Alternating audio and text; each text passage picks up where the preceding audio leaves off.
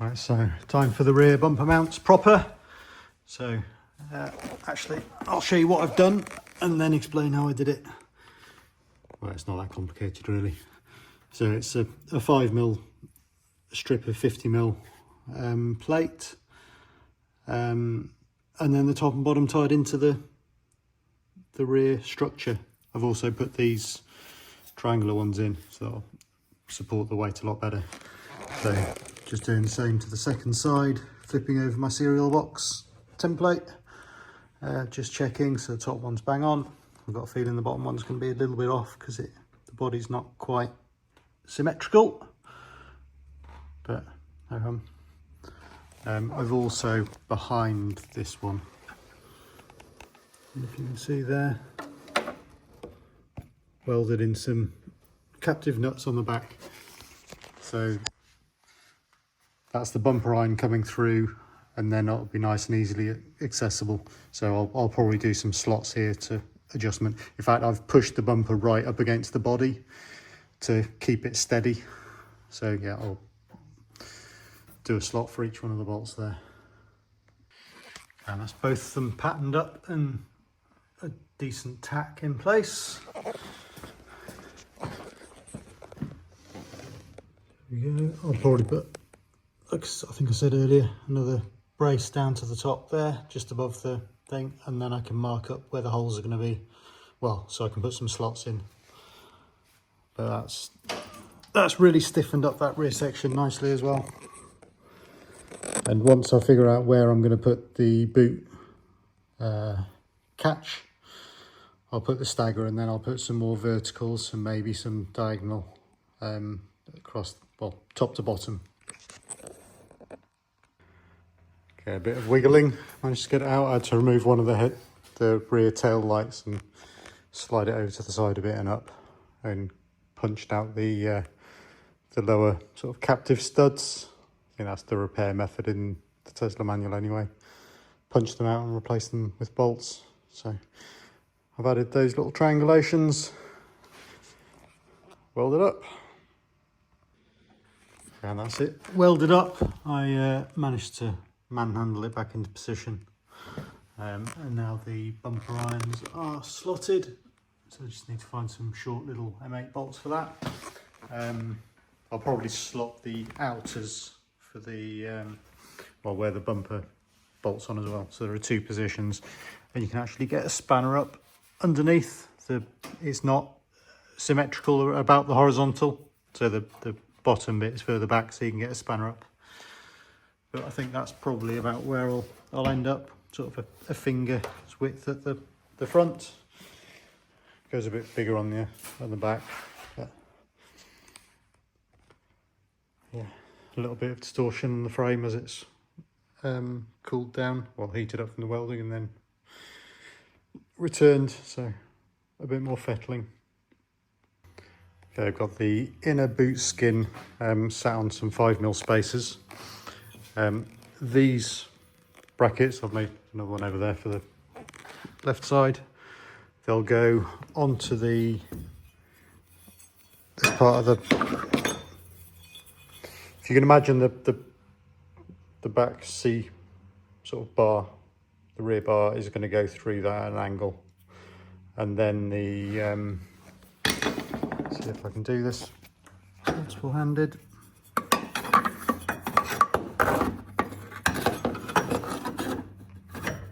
That goes roughly like that.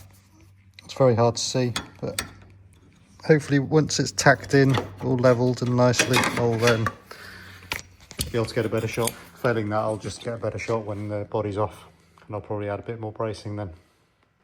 Right, so that's the hinges tacked in.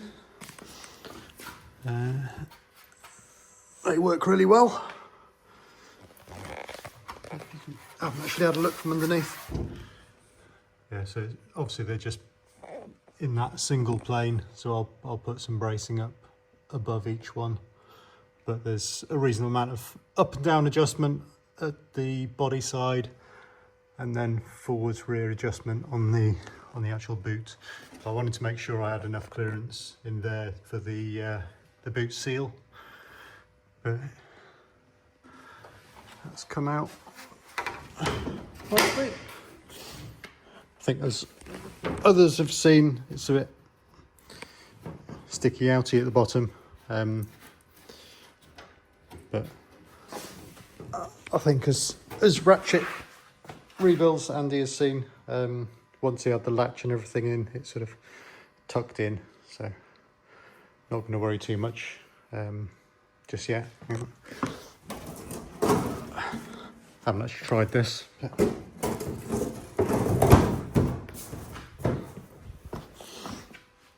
not quite in the right position, but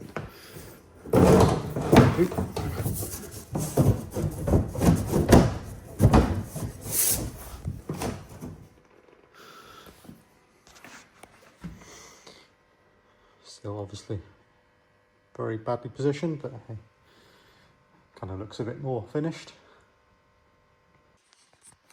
Okay, one of the next jobs, before I weld in the spine and do the hinges and all that, obviously I've got to figure out the rear view mirror and the triple cam assembly. So that's a stripped down triple cam. That bit in the middle is where the rear view mirror slots onto.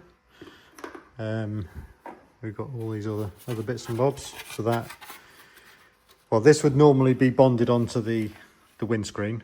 The outside, I don't want to do that, so I'm going to bond that onto a new piece that I've 3D printed, which I just showed you. I do this one-handed. So this is just a starting point. So you've got that there. Triple cam will be, no, that's upside down.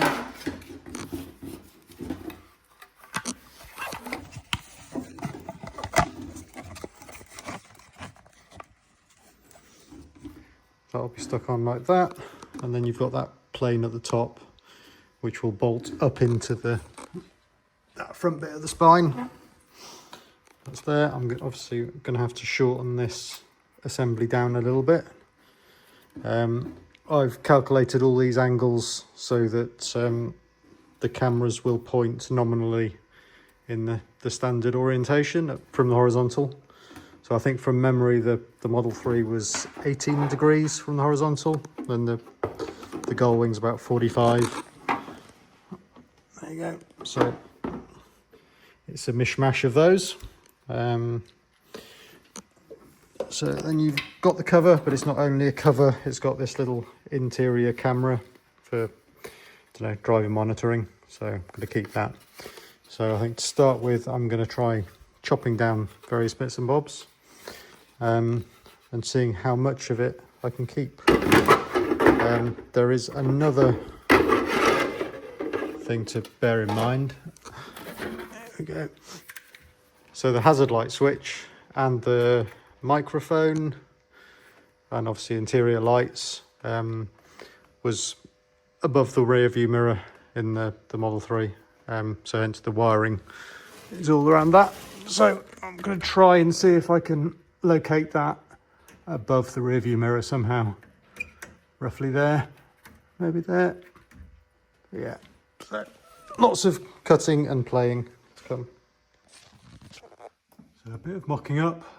It's just clamped loosely at the back. There you can see the camera's poking out underneath. I've started cutting down the shrouds to see how they'll fit, but I think I'm going to have to come up with a hybrid mechanism because the camera's going to get in the way of the hazard. Well, I need to figure out a position for the hazard light, hazard button, and the interior lights. Let's see.